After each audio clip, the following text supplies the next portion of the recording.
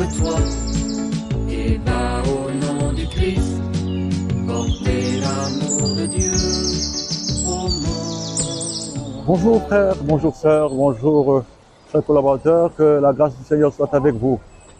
Je suis votre frère, le révérend apôtre Emmanuel Ken. Je voudrais en ce jour réfléchir avec vous sur l'état de notre monde et m'interroger avec vous quelle est la cause de cette situation, n'est-ce pas, déplorable des mœurs que nous vivons aujourd'hui. Vous savez, tout est devenu, tout ce qui était abomination, abominable est devenu normal. Alors que les églises naissent tous les jours, les chapelles se multiplient et les hommes de Dieu sont légion. Qu'est-ce qui peut expliquer que pendant qu'en nombre de chapelles, en nombre de serviteurs de Dieu, que nous ayons un incommensurable accroissement, n'est-ce pas, de chapelles, de religions, voilà, d'églises, mais que sur le plan du quotidien, que nous voyons dans notre société, le mal prend de l'ampleur. C'est vrai que le mal est diversement apprécié dans le monde, selon qu'on est en Europe, en Asie, en Afrique, mais le mal reste le mal. Alors, pourquoi le mal a ainsi pignon sur rue? Aujourd'hui, particulièrement, je suis dans un environnement pour constater, dans une société où certaines valeurs n'ont plus de place, n'est-ce pas? Enfin, ça veut dire, c'est la liberté. La liberté, c'est quoi? Ça veut dire que je suis libre de faire ce que je veux, je peux avoir pour époux, en tant qu'homme, un homme, pour épouse, en tant que femme, une femme. Vous comprenez bien de quoi je parle? Et ça coule, ça va tout doucement, ça roule. Ça ne pose de problème à personne. Dans un premier temps, on a eu une certaine résistance, mais quelque temps après, on a cédé. Qu'est-ce qui s'est passé? Pourtant, nous sommes l'Église. Je vous prends à témoin. Dans votre environnement, ne constatez-vous pas, surtout en Afrique, n'est-ce pas, le nombre incommensurable de chapelles qui chaque jour sont mises sur pied, de serviteurs de Dieu qui chaque jour sont envoyés en mission en tant que pasteurs, en tant qu'évangélistes, apôtres, ainsi de suite. Mais je m'interroge, pourquoi autant de serviteurs de Dieu, autant de chapelles, mais le mal toujours grandissant? Alors, j'ai réfléchi et j'ai compris que le problème n'est pas le manque de chapelles ni de serviteurs dits de Dieu, mais c'est l'implémentation, la vie de l'évangile.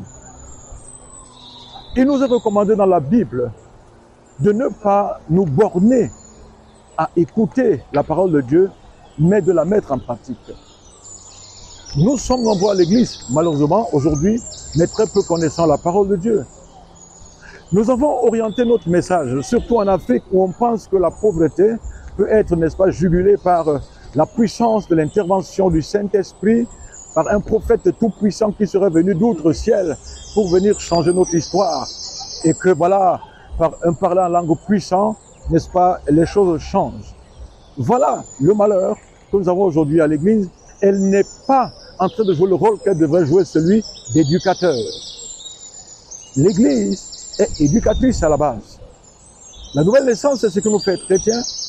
Mais une fois qu'on est chrétien, on doit marcher selon les principes de Dieu. Voilà pourquoi tout ce que Jésus-Christ a demandé que nous fassions, c'est d'aller faire des disciples. Aller par tout le monde et faites de toutes les nations les disciples. Donc le Seigneur, par cette recommandation, demandait que nous allions discipliner le monde.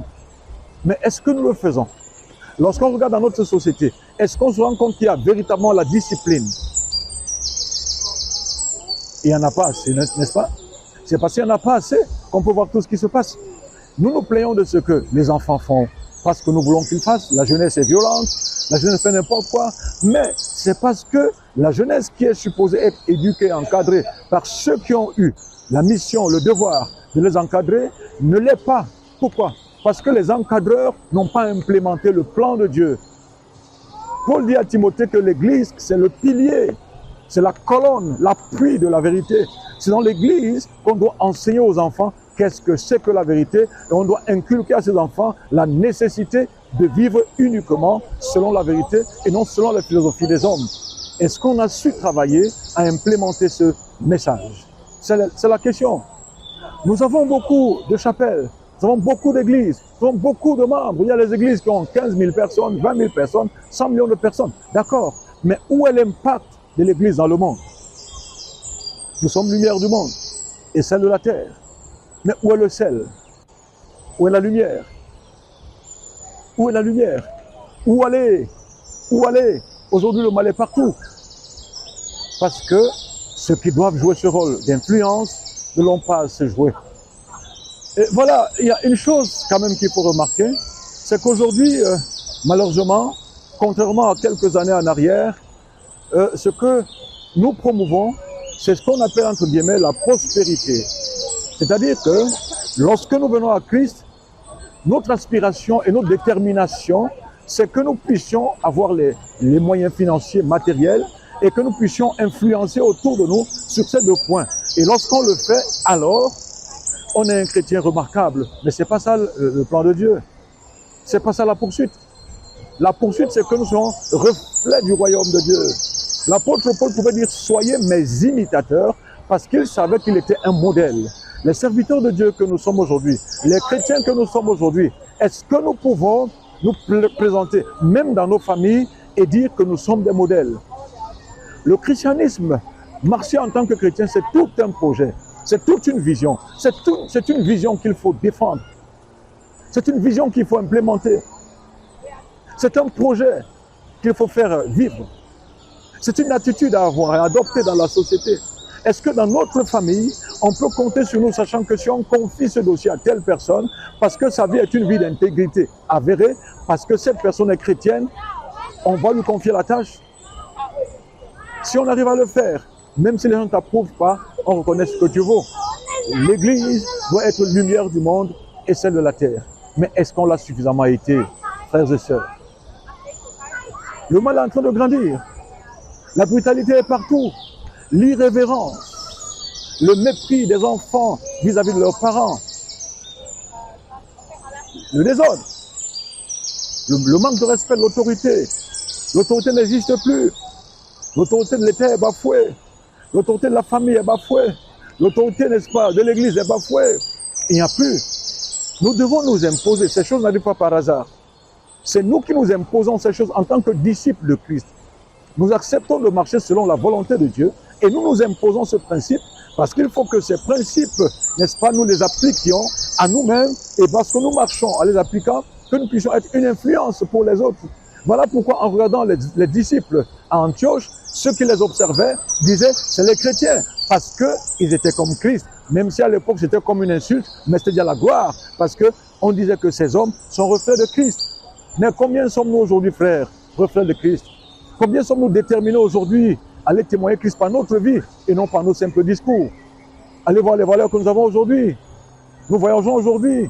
Nous disons, j'ai été au nord, j'ai été au sud, j'ai fait ci, j'ai fait ça, j'ai l'argent, j'ai voyagé et je suis marié. Mais si nous sommes mariés, si nous avons voyagé et voilà, et qu'on n'est pas reflet de Christ, c'est quoi notre apport dans l'avancement du royaume? C'est pas mauvais de faire le tour du monde, c'est bien. Mais c'est pas ça le repère, c'est pas ça l'élément qui compte pour le Seigneur. Ce qui compte pour le Seigneur, c'est que nous puissions être reflets de sa gloire, reflets de sa vie.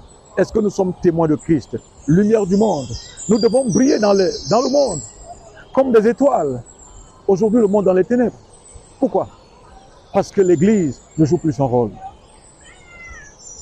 Frère, est-ce qu'on peut rentrer pratiquer la parole de Dieu? Nous faisons beaucoup de choses, beaucoup d'organisations, nous faisons beaucoup de choses, nous voulons démontrer beaucoup de choses. Nous avons aujourd'hui, voilà, vous allez voir, il y a des gens qui vont chercher des parchemins, qui font des formations, ils vont dans des universités, c'est pas mauvais la formation, mais ce que nous présentons dans la société, c'est pas nos parchemins que nous avons, n'est-ce pas, accumulés, appris dans les universités, n'est-ce pas, chrétiennes ou autres, non, mais c'est notre vie qui est reflet de Christ. Est-ce que nous sommes reflets de Christ? Sommes-nous arrivés à mépriser ce monde pour avoir pour valeur le royaume et le ciel? Est-ce que notre aspiration, c'est le ciel? Si nous aspirons au ciel, nous allons marcher sur ce monde. Est-ce que c'est ces choses qui nous environnent qui sont notre valeur? Ou bien notre valeur, c'est le ciel? Aspirons aux choses, à celles qui sont d'en haut. À celles qui sont d'en haut. Est-ce que nous aspirons aux choses d'en haut? Est-ce qu'au quotidien, nous démontrons aux hommes que nous sommes du ciel et que nous pouvons nous passer de leurs choses? Pourquoi nous sommes corrompus facilement? Parce que nous pensons que c'est les valeurs de ce monde qui sont des valeurs à pourvoir, à acquérir. Non, c'est en dépassant ce monde, en méprisant ce monde que Dieu jette son regard sur nous et il nous accorde de ses grâces. Dieu peut faire beaucoup de choses, mais disposons-nous. Sachant que être chrétien, c'est d'abord le salut, d'accord, en acceptant Jésus-Christ, mais c'est aussi une mission. Il faut que nous soyons une lumière du monde et celle de la terre. Là où il y a le mal, que les hommes, en regardant comment nous vivons, qu'ils soient inspirés et qu'ils soient challengés, qu'ils disent, je peux aussi être un homme de paix comme cette femme. Je peux aussi être un homme de paix comme cet homme. Est-ce que nous sommes? Je peux être un homme de paix comme cette jeune fille, comme ce jeune homme. Sommes-nous encore des modèles dans la société, Église? L'apôtre Paul dit l'Église, c'est quoi? C'est la colonne, c'est l'appui, c'est un pilier de la vérité. Il le dit à Timothée. Il dit qu'il faut que nous sachions comment on vit dans l'Église. Il y a une manière d'être dans l'Église. Nous avons des gens qui sont dans l'Église aujourd'hui, mais vous ne faites la différence entre ces personnes et les mondains. Pourquoi? Parce que nous sommes devenus une Église libertaire. Il n'y a plus de discipline. Pourtant, Jésus dit, allez et faites de toutes les nations des disciples, c'est-à-dire allez discipliner le monde. Frère, si tu m'écoutes, je veux te dire, si tu vas voir la victoire dans ce monde et voir la gloire de Dieu, discipline ta vie. Discipline ta vie. Marche selon la vérité. Ne te laisse pas influencer par cet environnement de richesse. Toutes ces choses qu'on nous présente et qui nous corrompent, qui font qu'on ne peut plus vivre dans la vérité. Non, ces choses, la Bible déclare que le monde va passer et sa convoitise, toutes ces choses que vous voyez vont passer. Mais c'est celui qui fait la volonté de Dieu qui vit éternellement. Ne tombez pas dans ce piège. Nous payons ce prix tous les jours. C'est pas facile d'être chrétien dans ce monde, mais paye le prix, tu verras la gloire de Dieu. Sois reflet de Christ et sois fier de ta vie en tant que chrétien. Dépasse toutes, n'est-ce pas, les influences du monde, dépasse toutes les persécutions, tiens bon, parce que tu vas sauver une âme. Par ta vie, tu vas sauver une âme. Il y a une de mes filles qui témoignait dernièrement, quand j'étais au Cameroun, qui disait qu'elle m'a vu descendre avec la voiture, et c'était peut-être la 15e année qu'elle me voyait faire ce parcours, parce que nous avons un programme que je respecte chaque année. Elle a dit, quand je t'ai vu descendre avec la voiture, j'ai été challengé, parce que je me suis dit, voilà un homme qui a accompli sa destinée. Frère, sœur, est-ce que tu es en train d'accomplir ta destinée? Est-ce que tu recherches ce monde? Frère, je vais te dire, ce monde ne sauve pas. Ces choses dans lesquelles je me retrouve là ne sont pas la vie éternelle. Tout cet environnement que vous voyez, toutes ces choses que nous prenons aujourd'hui à l'église, comme si c'est elles qui sont la vie, elles ne sont pas la vie. Le ciel n'est pas à comparer au monde. Ce monde ne peut pas valoir, ne peut même pas avoir la beauté du ciel. Le ciel est beau et merveilleux. Nous chantons cette chanson. Le ciel est beau et merveilleux. Regardez cet environnement. Voici ce que les hommes recherchent. Ils sont aussi en nombre incalculable parce qu'ils veulent voir, ils veulent découvrir et voir toutes ces choses-là. Mais, attends, à quoi sert-il à un homme, n'est-ce pas, de gagner tout ce monde-là, de connaître toutes ces choses, mais de perdre son âme? Je vais t'encourager. Il est encore possible aujourd'hui d'avoir des personnes qui vivent dans la sanctification, dans la sainteté. Des hommes qui soient reflets de Christ. Dis-toi, je veux être un instrument. Je veux être un instrument qui va glorifier le Seigneur dans ma génération. J'ai fait ce que j'ai pu en mon temps. J'ai bâti des disciples. J'ai établi des serviteurs de Dieu dans le monde. Aujourd'hui, je suis en mission dans le monde. Je quitte ici, je vais en Inde et je vais partout dans le monde pour prêcher l'évangile. Partout où je vais, je n'ai pas à parler de la richesse aux hommes parce que c'est pas ça le plus important. Le royaume est plus riche que ce monde avec ses choses et ses vanités. Cherche la vérité, cherche la vie et vis selon la vie. Nous avons un devoir. Regardez comment notre monde tombe. C'est la faute à qui? La faute est à l'Église. Incontestablement, c'est nous qui avons échoué. Nous n'avons pas implémenté notre responsabilité, notre mission. Lumière du monde et celle de la terre. Nous poursuivons les choses du monde. Nous sommes exactement comme les mondains. Notre valeur même dans l'Église. Pourquoi est-ce qu'on a établi tel ancien d'église? Pourquoi est-ce qu'on a établi tel diacre? Pourquoi on a établi tel pasteur? Parce qu'il a l'argent. Parce qu'il est directeur d'une société.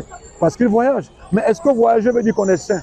Est-ce qu'avoir l'argent veut dire qu'on est qualifié pour remplir n'est-ce pas, ces fonctions nobles et dignes? Les saints dons de ministère, c'est une vocation. Et ceux qui travaillent à ça doivent travailler avec crainte et tremblement parce qu'ils savent qu'ils devront rendre compte. Par notre vie, les hommes peuvent être éclairés ou bien peuvent entrer dans les ténèbres. Avons-nous encore la conscience de la responsabilité qui repose sur nos épaules d'être des modèles? D'abord pour nos enfants, pour nos familles, ensuite pour la société globale. Frères, c'est une exhortation. Je regarde ici le repère, l'histoire avec l'argent. Tout le monde vient chercher de l'argent. Les gens ont de l'argent. Les gens viennent dépenser de l'argent. C'est un pays où on dépense énormément, beaucoup d'argent, parce que les gens accumulent. Et beaucoup de choses, ça coûte très cher ici, que ce soit les hôtels, que ce soit les transports, tout est cher. En fait, c'est un pays où vous verrez rarement un noir passer, parce que c'est des riches qui viennent ici. Mais ce n'est pas ça la vie éternelle. Malheureusement, nous sommes arrivés à croire, même les serviteurs de Dieu, que c'est ce qu'il faut promouvoir. Frère, je peux vous dire quelque chose. Vous ne pouvez pas prêcher l'évangile authentique vrai. Marchons dans la vérité, la sanctification, sans voir la gloire de Dieu. Prenons un temps, repentons-nous, revenons sur le chemin, dans la vérité, et prêchons Christ tel qu'il doit être prêché. Lui-même prendra soin de nous. Arrêtons de faire des choses parce qu'on veut avoir des miettes. Non, Dieu a des bénédictions pour nous, immenses. N'aimez point le monde, ni les choses qui sont dans le monde. Si quelqu'un aime le monde, l'amour du Père n'est point en lui. La Bible déclare que ce monde passe et sa convoitise aussi. Mais celui qui fait la volonté de Dieu vivra éternellement. C'est-à-dire, il a la vie éternelle. Christ n'est pas venu pour qu'on ait l'argent. Christ n'est pas venu pour qu'on ait les voitures. Il est venu afin que nous ayons la vie éternelle. Dieu a tant aimé le monde qu'il a donné son Fils unique, afin que quiconque croit en lui ne périsse point, mais qu'il ait la vie éternelle. Cherche la vie éternelle. Pense à ta vie, pense à ton éternité. C'est le plus important. Tout le reste là, ce n'est que les choses de néant. Dieu peut te les donner, mais à tout moment, tu peux partir de ce monde. Si tu partais aujourd'hui, où passerait-il ton éternité? Réfléchis à cette question, frère. Toi qui es dans l'église, reconsidère ta manière de vivre et mets-toi sur les rails. Adore le Seigneur et glorifie ton Dieu. Que Dieu te bénisse. Seigneur, bénis ce peuple. Bénis ces personnes qui ont écouté ce message et apporte ta grâce dans leur cœur afin que leur cœur soit transformé comme le mien a été transformé lorsque je t'ai rencontré. Merci parce que tu peux encore le faire aujourd'hui. Tu peux encore changer une vie aujourd'hui à l'écoute de ce message. Que la paix soit avec chacun de vous au nom puissant de Jésus-Christ. Amen. Lève-toi et va au nom du Christ, porter l'amour de Dieu au monde. Toi, lève-toi et va au nom du Christ, porter l'amour de Dieu au monde. Comment les hommes croiront-ils ce qu'ils n'ont pas connu? Comment les nations de la terre serviront-elles Jésus? Toi, lève-toi et va au nom du Christ, porter l'amour